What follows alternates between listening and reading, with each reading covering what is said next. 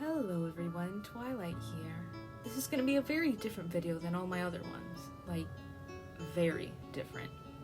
Today I'm going to talk about the rivalry between Blur and Oasis. See? Very different. And you might be asking, Twilight, why? Why are you going to be talking about two British bands? And my reason is, I have no clue. This idea just kind of came to me randomly, and I kind of really wanted to do it. So yeah, some of you might know that I'm a pretty big fan of the band Blur, but for this video I won't be biased towards them. I'll keep a neutral ground between Blur and Oasis to make it even.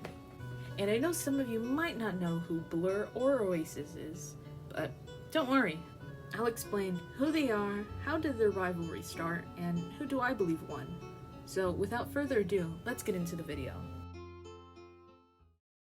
Editor's note, please excuse me for the audio. I was planning on using my microphone for this video, but it doesn't work for some reason. So I'm just sitting in a room with my tablet by my face, so enjoy the video.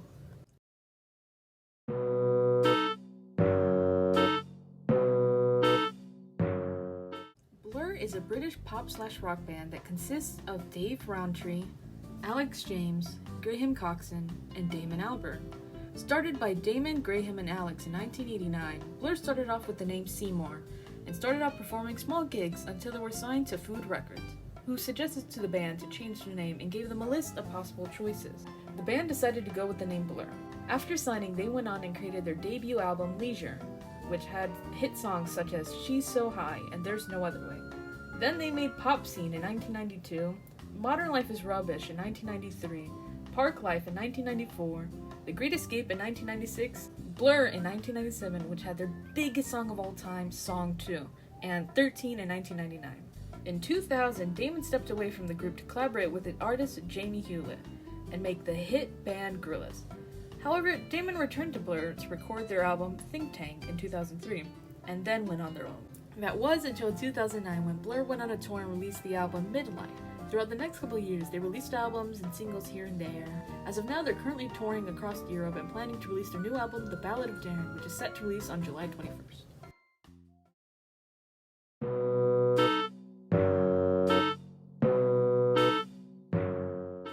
Oasis is a British pop/rock band that consists of Tony McCarroll, Paul McGuigan, Paul Arthurs, and Liam Gallagher. Started in 1991 by Liam and his friends, they were known as The Rain, up until Noel Gallagher, Liam's brother, became in charge of the group and he changed the name to Oasis. They then went on to do a full year of intense rehearsals. They played many small gigs up until the band found Alan McGee, the head of Creation Records, and cornered him and forced him to listen to their demo. He was impressed nonetheless and signed the band. In the spring of 1994, they released their first album, Definitely Maybe, which had such songs as Live Forever and Supersonic. Throughout 1994, they began playing in larger theaters. However, tensions in the band began here. Liam and Noel refused to do interviews with each other, leading to Noel briefly leaving the band but coming back after seeing the major success of Supersonic. They later went on to release albums such as What's the Story, Morning Glory in 1995, which had their most famous song, Wonderwall, Be Here Now in 1997, Master Plan in 1998, Standing on the Shoulder of the Giants 2000, Familiar to Millions in 2001, Heathen Chemistry in 2002, Don't Believe the Truth in 2005, and Dig Out Your Soul 2009. However, this would be the last time Noel would be in the group and permanently leave, with Liam changing the name of the band to BDI.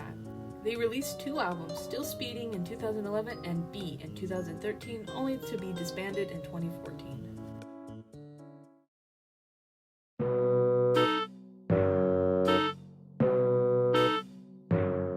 So, you might be asking, so how did the rivalry start?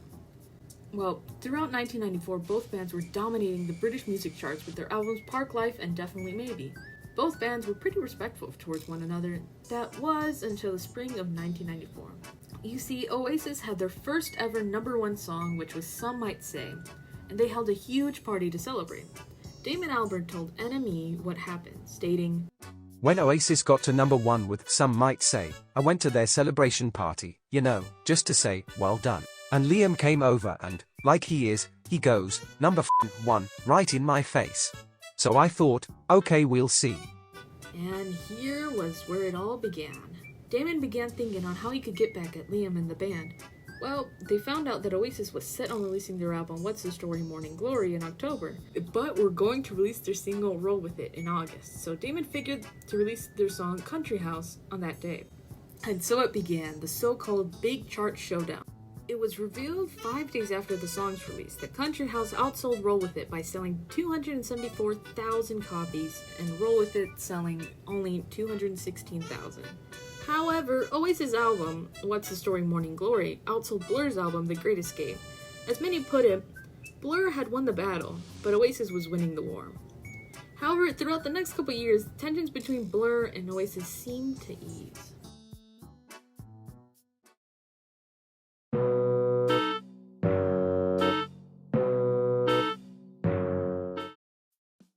So now that I've explained everything, who do I think won? Well, I'm not sure. I believe that both bands had some wins and losses. You see, Oasis won in the fact that they have international fame. Everyone's at least heard of Wonderwall once in their life, or have seen their merchandise in your local stores. I know I have. However, Oasis isn't still around due to all the drama that happened throughout their career, and as of now, it seems less likely they won't reunite. However, on the other hand, Blur isn't as popular in the US as they are in Europe, with their only song receiving international fame being Song 2. However, Blur is still together making music and touring, as well as Damon being the co-founder of Gorillaz, which is currently still making music. So, although I believe it was a neutral win between two bands, some of you might not agree, and that's totally okay too. The point of this video was to inform people about these two amazing bands and their history, which I believe I just hit the tip of the iceberg with this. And I recommend watching Trash Theory's video on it. He does a much more in-depth analysis on the subject, so go check it out. With all that said, thank you so much for watching and supporting the channel. It means a lot to me that you enjoy my content as much as I do, and I hope you really enjoyed this video. Who knows if I'll keep making more of these video essays, but if you want to see more, subscribe, leave a like, and comment down what other topics I should cover. I'll see you in the next video. Bye!